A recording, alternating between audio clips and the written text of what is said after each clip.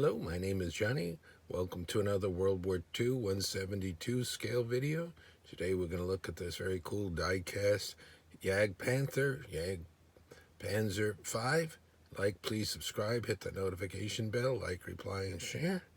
Comes in this case here, like that. It's got the display, and they give a nice little black and white background, as you can see there. Let's look at the information, then we'll look at the model. There it is. There's its skits number, as I say, SDKFZ 173, 5-man crew. There's its weight, its engine, 88 millimeter, and a 71 length on it. On the gun, it's got a machine gun in the bow. We'll take a look at that. And it can go up to 100 miles on a tank of gas. So let's sing. This one particular one's supposed to be inspired by one of the 655th Schwer Panzerabteilung, a heavy Panzerjägerabteilung, tank hunter battalion, Oldenburg, Germany, 1945. Very cool. This is cold to the touch. You know, this is back when they made more, these 172 die-casts were actually die-casts, like the Dragon and so forth, until the Dragon started switching over to mainly plastic, to all plastic. Let's see there. They do have it out there. Yes, got in the front. Got blue little monoblock for the vision. There's the bow machine gun. Does that move a little bit? Not sure.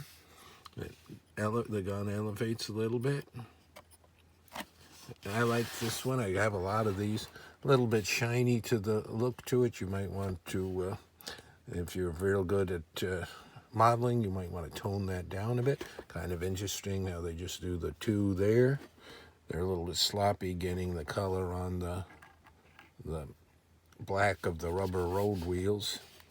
But number 311, it's got the Balkan Cruise or German Cross. Some tools, fire extinguisher. Let's look at the back. It's got the later, what is that, Flamentolker type of exhaust. You see the track on there. They're rubbery and shiny. This would be nice for display as is. Could make a cool diorama at it, or use what I would do with it in wargaming. It's got a lot of weight to it, and it's not delicate like a model, plastic model, especially when you're built in this scale, so you can move it around and not worry about damaging it when you're playing the game. Let's hold it up, move it here, look there. Very cool. There's the back hatch. You can see it's got two hatches on the top. Part of the siding is there. And look at that. And look at how slanted that is. And it was fairly thick too on the front. So this was basically unless you were real close range, a Sherman or a regular T-34 hitting that, the shells would bounce off, so you wouldn't want to face that if you're an Allied tanker head on. It's got some slanting on the side, but the side armor is not as thick, so they'd be able to defeat it on the side and also on the rear. But even the rear panel has a slight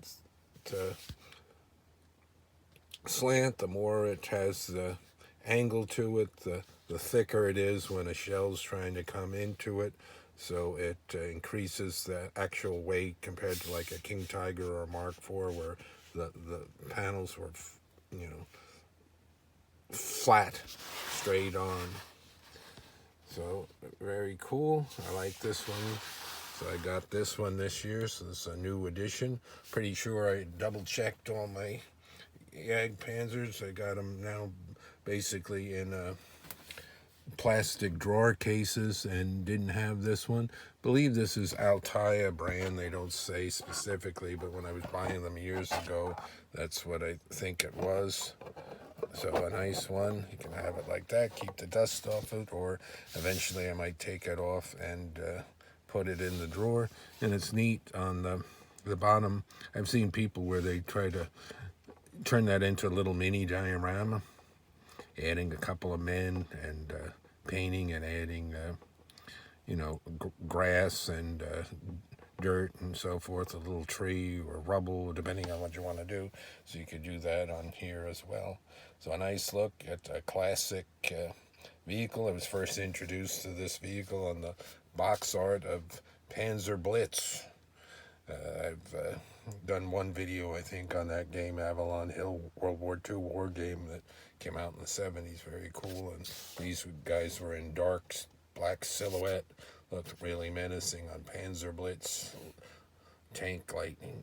All right, until next time, more World War II 172. And if you're so inclined, you could leave a super thanks. Much appreciated if you do that. And we'll have more to come. Thanks for watching.